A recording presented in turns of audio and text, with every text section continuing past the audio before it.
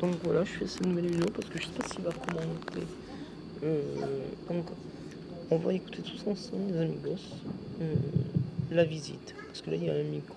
Je sais pas si la dame derrière moi, le comité, vous voyez là, va commenter, mais écoutez bien ce qu'ils disent. Allez, c'est parti, on est prêt pour sous la Garonne. Et fret de Nantes.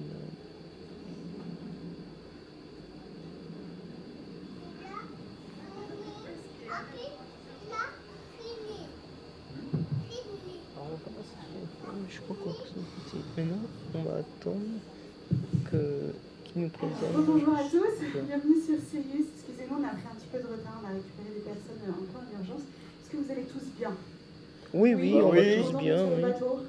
Oui. Oui. Je vous présente comme votre équipage pour aujourd'hui, votre capitaine. Surtout, vous avez Simon comme pilote, meilleur capitaine sur la Garonne, très expérimenté, donc ne vous inquiétez pas. On part ensemble pour 1h15 de croisière. Moi, je suis Fanny, je suis votre guide pour aujourd'hui, je suis aussi votre matelot, c'est pour ça que je mets un petit peu de temps à arriver. On part ensemble jusqu'au pont de Pierre, on fera demi-tour là-bas. Vous allez voir tous les monuments principaux à Bordeaux. Ensuite, on ira se glisser sous le pont Jacques Chavandelma, juste ici. On fera demi-tour au niveau du port autonome de Bassins vers le pont d'Aquitaine. On fera une petite pause calmée, bien sûr, pour que vous puissiez goûter les spécialités bordelaises. Bien entendu, si vous avez la moindre question, vous vous sentez libre de m'interrompre si vous voulez qu'on parle de quelque chose en particulier. Ça vous va? Ouais. Ok, d'accord. I do have English speakers on board, right? Where are you guys? Here and at the back. Hi. I was just presenting the crew and saying welcome on Sirius, your boat for today.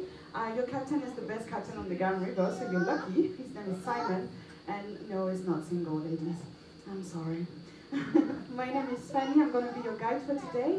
We are going to have 1 hour and 15 minutes of cruise together, going to see the stone bridge behind me, and then we will turn back, go under Jacques Chavandelmas bridge, and do a small break for you to have the cannelé and try the specialty of the town. Is that all right? Yeah? Est-ce qu'on a des Bordelais sur le bateau? Pas du tout? Aucun Bordelais? Ah, messieurs, bienvenue, et madame derrière. Bon, vous êtes mes points de référence pour la croisière, alors vous allez devoir valider tout ce que je dis. Oui? Je vous rappelle que vous avez de l'eau fraîche à bord, la climatisation. Oula, le micro ne marche plus. Oui, je vous disais, vous avez l'air climatisé qui est juste en bas, la climatisation, et je vous ai mis de l'eau fraîche aussi, hein, si vous avez soif. You have air conditioning in the room downstairs if you need, and you have also fresh water available, right? Alors, on va commencer en parlant un petit peu d'histoire. L'histoire de Bordeaux, elle est assez compliquée. Tout le monde pense qu'on est sur une ville médiévale ou une ville antique. En réalité, ça remonte bien plus loin que ça. Vous avez les toutes premières installations à l'âge de bronze, moins 1750 avant Jésus-Christ. Vous avez une première tribu qui s'installe près d'un des deux ruisseaux qui traversent la ville. Ce ruisseau, il s'appelle la Devèze. C'est tout au niveau du cap Saint-Pierre. Si vous allez là-bas la nuit quand c'est très calme, vous pouvez toujours l'entendre s'écouler sous la ville. Hein. On va utiliser la Garonne pour faire des échanges commerciaux. Déjà à l'époque, vous allez avoir de l'eau qui va... Vous m'entendez? Ça coupe? Bon, ce que je vais faire, c'est que je vais me mettre à l'arrière. Vous ne me verrez pas, tant pis pour vous. Mais au moins, vous aurez les explications correctement, on va dire.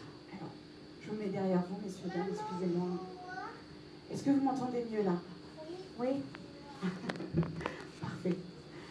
Alors, je vous disais qu'on va déjà utiliser la Garonne pour faire des échanges commerciaux. Vous avez de l'étain qui arrive des îles britanniques et de Bretagne, et du cuivre qui arrive de la péninsule ibérique. Et les deux ensemble forment le bronze. Donc, c'est idéal, hein, moyen mnémotechnique pour se souvenir des premières installations à l'âge de bronze. So first you have a first tribe that is going to settle here in Bordeaux near La Devèze, which is one of the streams that crossed the city in 750 BC, so in the Bronze Age. We are already going to use the Garonne River to do some exchanges. So you have tin coming from British Island and Brittany, and copper coming from the Iberian Peninsula. The two mixed together make bronze. So even though you heard that Bordeaux is a medieval city or antique city, actually goes way back. Alors ensuite, on a une autre tribu qui vient s'installer ici à Bordeaux. C'est un peuple gaulois qui nous arrive de la région de Bourges au IIIe siècle avant Jésus-Christ, qui sont envoyés ici par les Romains. On parle des Biturigilis. Est-ce que vous en avez déjà entendu parler ou pas? Non. Oui, un petit peu. Vous connaissez l'expression se prendre une biture? Oui. Ça vient de là. Ça vient de là, les Biturigilis qui cultivaient notamment la Biturica vitis. Voilà.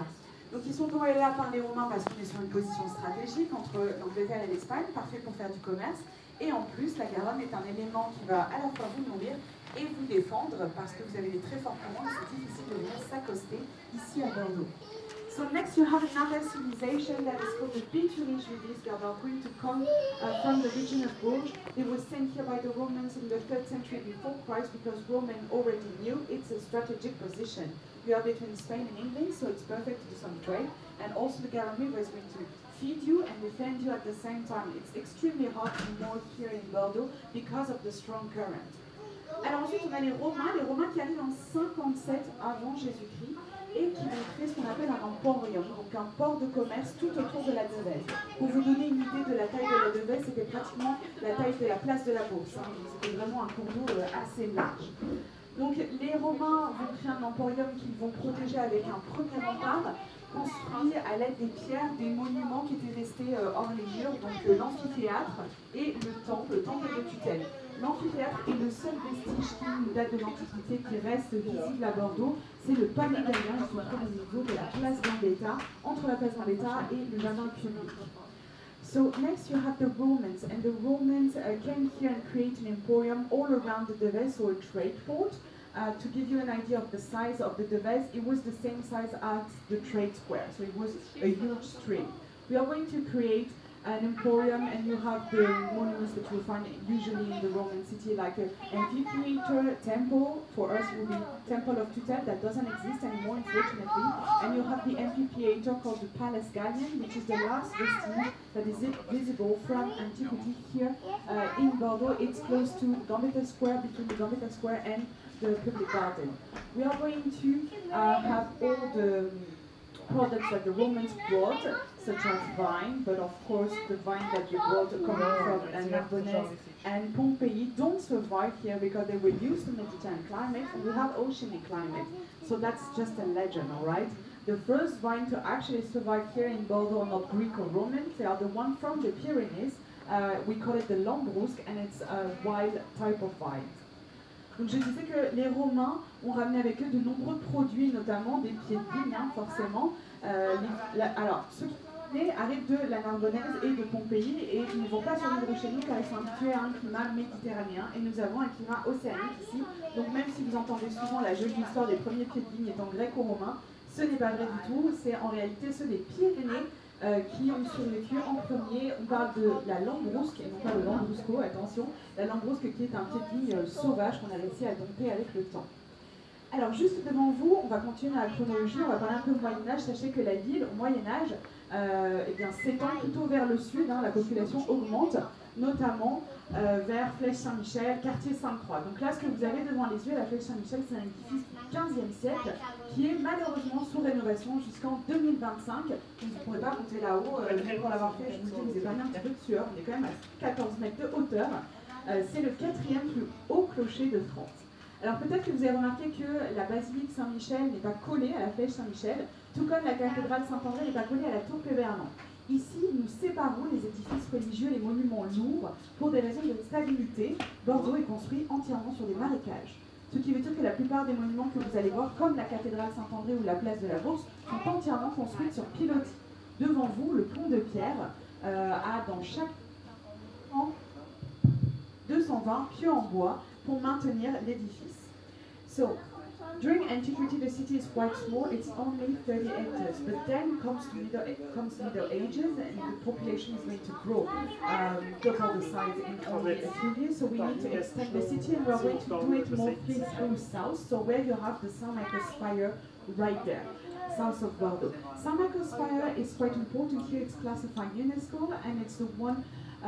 It's the fourth highest bell tower you have in France, 140 meters high. Maybe you notice that here we are separating the heavy monuments, like the Saint Michael's Spire and the Basilica Saint Michael's are not glued together like the Tower Péverlan and the Cathedral Saint-André. It is for stability reason because most of Bordeaux is built on marching lands. Everything you will see pretty much like the Cathedral Saint-André, the Great Theatre or the Trade Square is built on stilts and stakes. and the stone bridge in front of you. In each pillar, you have 220 wooden stakes that hold the whole monument. On va parler un petit peu du pont de pierre que vous avez juste devant vous. C'est un pont assez important chez nous. Tout le premier pont qui a été construit à Bordeaux, inauguré en 1822. Ce qui veut dire qu'on attend quand même le 19e siècle pour joindre les deux rives. C'est assez tard. Si on ne veut pas de pont à Bordeaux, c'est tout simplement parce que nous sommes un port et la richesse de la ville vient de cette activité portuaire, de la navigation et des échanges commerciaux, pas seulement du vin. Donc on n'a pas envie de bloquer la navigation et mettre des obstacles devant les bateaux. Ce pont sera finalement imposé aux Bordelais par Napoléon. Napoléon qui est en marche pour aller guerroyer en Espagne, et quand il arrive ici pour traverser, il n'a pas de pont.